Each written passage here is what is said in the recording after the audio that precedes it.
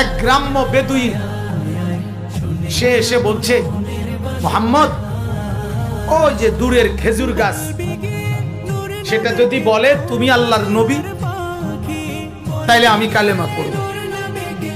হে মনে করছে একটা কই না, কতজনে তো কতটা কর। আল্লাহ নবী সাল্লাল্লাহু আলাইহি ওয়াসাল্লাম বললেন যে খেজুরের গাছটা ওইখানে থাইকা সাক্ষী দিত না এখানে আইসা সাক্ষী? ওই লোক অবাক হয়ে গেল, বলল, আই মুহাম্মদ কি বলতেছ?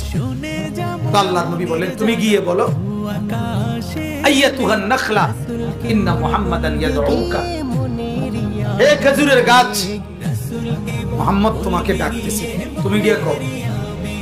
লোকটা বলল, আল্লাহর নবী সাল্লাল্লাহু আলাইহি সাল্লামের নাম সাআতিশ শাজার, কিতাবের মধ্যে আছে মানুষের বাচ্চা যেভাবে হাঁটে, খেজুরের গাছ এভাবে হাইটা আল্লাহর নবীর সামনে চলে।